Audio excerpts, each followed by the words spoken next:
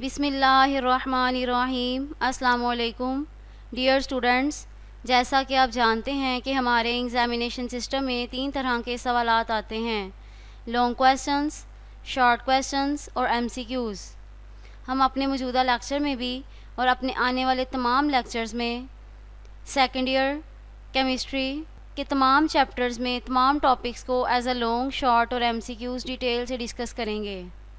हमारा सबसे पहला चैप्टर है fundamental principles of organic chemistry.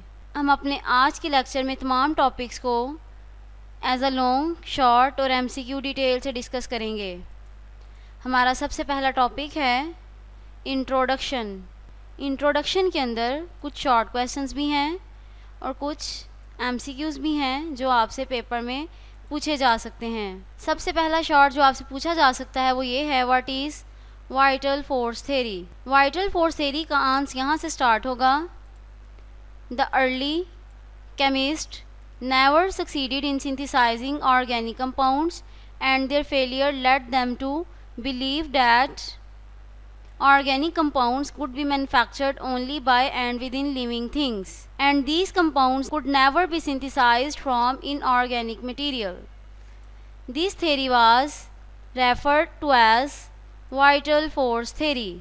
मतलब ये कि जो अर्ली केमिस्ट थे वो ऑर्गेनिक कंपाउंड सिंथेसाइज नहीं कर सके थे और उनकी नाकामी की वजह से ये यकीन बढ़ गया कि ऑर्गेनिक कंपाउंड सिर्फ और सिर्फ लिविंग ऑर्गेनिज्म से और उनके अंदर ही तैयार हो सकते हैं। इन कंपाउंड्स को हम इनऑर्गेनिक मटेरियल से तैयार नहीं कर सकते, जिसकी वजह से इस थ्योरी को वाइटल फोर्स थ्योरी का नाम दिया गया। नेक्स्ट शॉर्ट क्वेश्चन जो आपसे पूछा जा सकता है वो ये है, who rejected vital force theory. तो इसका आंसर आप यहाँ से स्टार्ट करेंगे। This theory was rejected by Friedrich Wohler when he obtained urea, an organic compound in the urine of mammals from ammonium cyanate. ये फार्मूला यूरिया का दिया गया है और ये फार्मूला अमोनियम सायानेट का दिया गया है। वाइटल फोर्स थ्योरी इस वजह से रिजेक्ट हो गई थी कि फ्रेडरिक वुलर ने एक ऑर्गेनिक कंपाउंड यूरिया को इनऑर्गेनिक मटेरियल से सिंथेसाइज कर लिया था। नेक्स्ट पेज पर इसकी इक्वेशन भी दी गई है, हम वो भी करेंगे। इस पेज पर कुछ एमसीक्यूज़ भी हैं जो पेपर में पूछे जा सकते हैं। For example, more than 200 years ago early chemist recognised organic compounds distinct from inorganic compounds because of the differences in their origin and properties. Organic compounds were considered as those obtained from living things. Inorganic compounds were those obtained from non-living sources. Vital force theory was rejected by Frederick Wöhler when he obtained urea, an organic compound in the urine of mammal, from ammonium cyanate. Who rejected vital force theory वाला short question आप यहाँ तक करेंगे। Next topic है modern definition of organic chemistry. इसकी definition यहाँ से start होगी।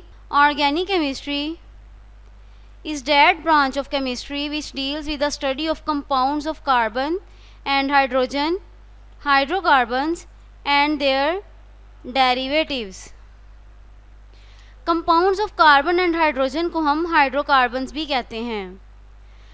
तो ऑर्गेनिक केमिस्ट्री की वो ब्रांच है जिसके अंदर हम कार्बन और हाइड्रोजन से बने हुए कंपाउंड्स और उनके डेरिवेटिव्स की स्टडी करते हैं। तो इसका आंसर आप यहाँ से लेकर यहाँ तक लिखेंगे। नेक्स्ट है some features of organic chemistry. ये टॉपिक एज अ लॉन्ग भी पेपर में आ सकता है और एज अ शॉर्ट भी।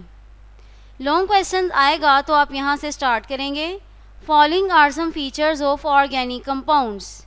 इस पेज पर कुछ एमसीक्यूज़ भी हैं जो पेपर में पूछे जा सकते हैं। For example, organic chemistry is the branch of chemistry which deals with the study of compounds of carbon and hydrogen and their derivatives.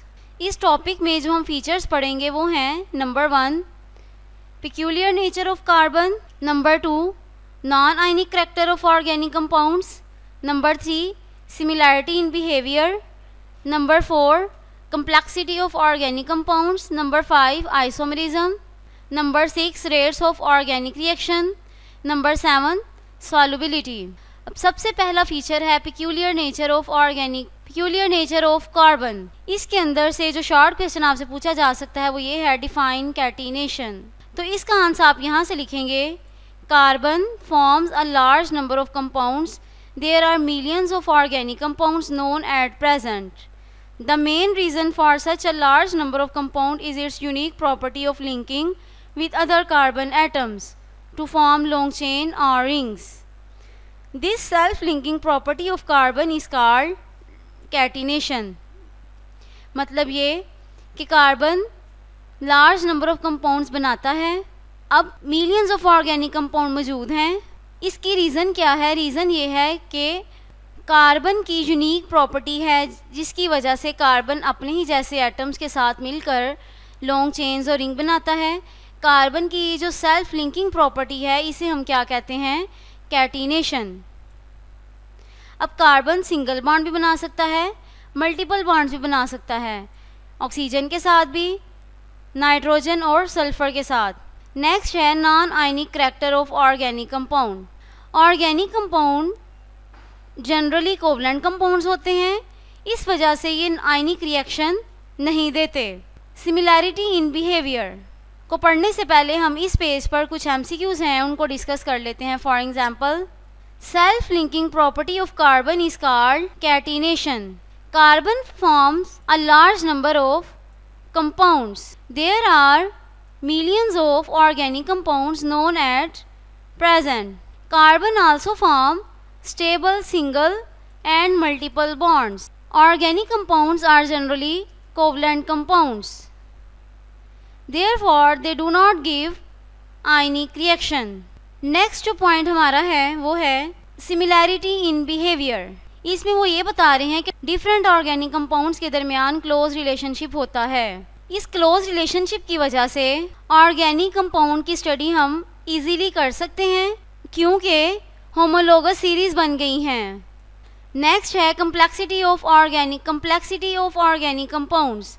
Organic compound आमतौर पर इनके स्ट्रक्चर कम्प्लेक्स होते हैं। यहाँ पर स्टार्च का फार्मूला दिया गया है और यहाँ पे जो nth है फार्मूले में, इससे मुराद ये है कि ये सेवरल थाउजेंड्स नंबर भी हो सकते हैं। प्रोटीन का स्ट्रक्चर भी बहुत कम्प्लेक्स है, इनके मैसेज जो हैं वो थाउजेंड से मिलियंस तक एग्जिस्ट कर सकते हैं। नेक्स्ट है आइसोमरिज्म। ऑर्गेनिक कंपाउंड के अंदर बहुत ज़्यादा कॉमन फिनोमिना जो पाया जाता है वो है आइसोमरिज्म। आइसोमरिज्म में मॉलिक्यूलर फार्मूला सेम होता है लेकिन स्ट्रक्चरल फार्मूला डिफरेंट होता है।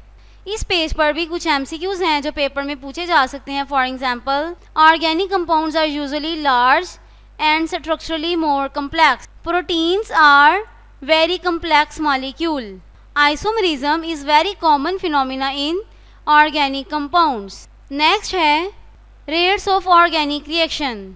ऑर्गेनिक कंपाउंड्स के रिएक्शन स्लो होते हैं और उनकी यील्ड लो होती है। अब ऑर्गेनिक कंपाउंड के स्लो रेट किस वजह से होते हैं? Molecular nature of organic compounds की वजह से। नेक्स्ट टॉपिक है सॉल्युबिलिटी। ऑर्गेनिक कंपाउंड्स वाटर में इनसॉल्युबल होते हैं लेकिन ये नॉन पोलर ऑर्गेनिक कंपाउंड्स में इजीली सॉल्युबल हो जाते हैं। स्टूडेंट्स, आज का लेक्चर हमारा यहीं तक था जिसमें हमने introduction, modern definition of organic chemistry और some features of organic compound को एज अ लॉन्ग, शॉर्ट और एमसीक्यू डिटेल से डिस्कस किया। हम अपने नेक्स्ट लेक्चर में भी इसी चैप्टर के टॉपिक्स को एज अ लॉन्ग, शॉर्ट और एमसीक्यू डिटेल से डिस्कस करेंगे। अपना ख्याल रखिएगा। खुदा हाफिज़।